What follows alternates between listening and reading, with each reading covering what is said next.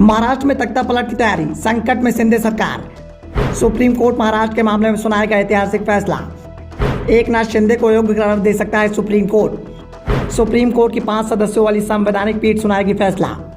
मुंबई में सियासी हलचल तेज है। एकनाथ शिंदे गुट के विधायकों की चिंताएं बढ़ी हुई हैं। चिंता एकनाथ शिंदे की भी बढ़ी हुई है। सरकार में शामिल 2 मंत्री सहित कुल 16 विधायकों की सदस्यता पर फैसले की घड़ी आ गई है। जिन विधायकों पर कोर्ट का फैसला सुनाने वाला है उनमें एकनाथ शिंदे का नाम भी शामिल है। पूरी सरकार पर ही संकट के बादल मंडरा रहे हैं। महाराष्ट्र में तख्ता पलट करने की तैयारी में एमवीए जुट गया है। एक बार फिर से एकनाथ शिंदे के साथ गए विधायकों से संपर्क साधा जा रहा है। इस बात का दावा भी किया जा रहा है कि शिंदे गुट के कई विधायक उद्धव ठाकरे के संपर्क में हैं। तो एकनाथ शिंदे को अभी भी भरोसा है कि संकट टल जाएगा। सुप्रीम कोर्ट 11 मई को शिंदे की अयोग्यता पर फैसला सुनाएगा। ये पहले से ही तय माना जा रहा था कि फैसला 14 मई से पहले आना है। फैसला क्या होगा, इसका इशारा देवेंद्र फडणवीस ने 3 दिन पहले ही कर्नाटक चुनाव प्रचार में दे दिया था। फडणवीस ने कहा था कि मैं वापस लौट कर आऊंगा। मेरी बात ध्यान से सुनना, क्योंकि जब मैं कहता हूँ कि मैं वापस लौटूंगा तो आप लोगों ने देखा है कि मैं कैसे लौटता हूँ। दरअसल सुप्रीम कोर्ट में एकनाथ शिंदे सहित 16 विधायकों की अयोग्यता से मामले में सुनवाई चल रही थी। कोर्ट इस पर 11 मई को फैसला सुनाने वाला है। सुनवाई के दौरान दोनों ही पक्षों ने जमकर दलील रखी थी।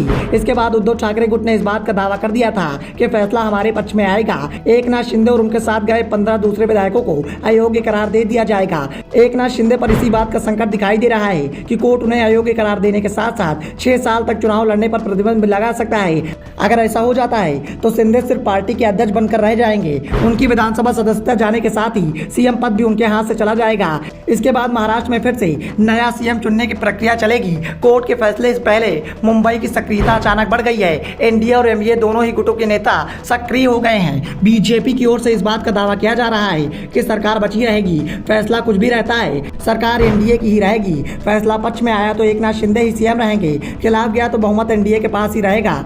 दूसरी ओर एमवीए की ओर से इस बात की तैयारियां चल रही हैं कि बीजेपी सरकार को जो समर्थन दे रहे हैं, छोटे दलों से संपर्क साधा जा रहा है। एकनाथ शिंदे के साथ गए शिवसेना के कई विधायकों से भी संपर्क बताए जा रहे हैं। एमवीए नेताओं की कोशिश है कि बीजेपी सरकार का समर्थन कर रहे अधिकांश विधायकों को अपने पाले में कर लिया जाए।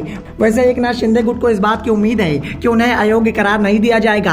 अयोग्यता का फैसला विधानसभा अध्यक्ष करता है और इस मामले में भी विधानसभा अध्यक्ष के पाले में ही गेंद डाली जा सकती है। विधानसभा अध्यक्ष राहुल नार्वेकर हैं। अगर फैसला सुनाने का अधिकार उन्हें मिलता है तो फिर एकनाथ शिंदे पर आया संकट टल सकता है, क्योंकि नार्वेकर फैसले को लटका सकते हैं। विधानसभा अध्यक्ष के लिए इस तरह के मामले में फैसला लेने के लिए कोई समय सीमा तय नहीं होती है। वैसे भी महाराष्ट्र विधानसभा का कार्यकाल अब 1.5 साल का ही बचा हुआ है। वैसे इस बात की संभावनाएं भी कम दिखाई दे रही हैं कि गेंद विधानसभा अध्यक्ष के पाले में आएगी और इसी के चलते एकनाथ शिंदे की नींदें उड़ी हुई हैं। दावा इस बात का किया जा रहा है कि शिंदे सरकार 24 घंटे की मेहमान है। कोर्ट का फैसला उनके खिलाफ आना तय है और इसी के चलते शिंदे कैंप में जबरदस्त हलचल मची हुई है। हर राजनीतिक दल सक्रिय बना हुआ है। एनसीपी चीफ शरद पवार, महाराष्ट्र कांग्रेस के अध्यक्ष नाना पटोले, शिवसेना उद्धव ठाकरे गुट के चीफ उद्धव ठाकरे एक दूसरे के संपर्क में हैं। संकेत इस बात के मिल रहे हैं कि अगर फैसला एकनाथ शिंदे के खिलाफ आता है तो एमवीए के सभी विधायकों को मुंबई बुलाया जा सकता है। Bureau report, the Dhakad news.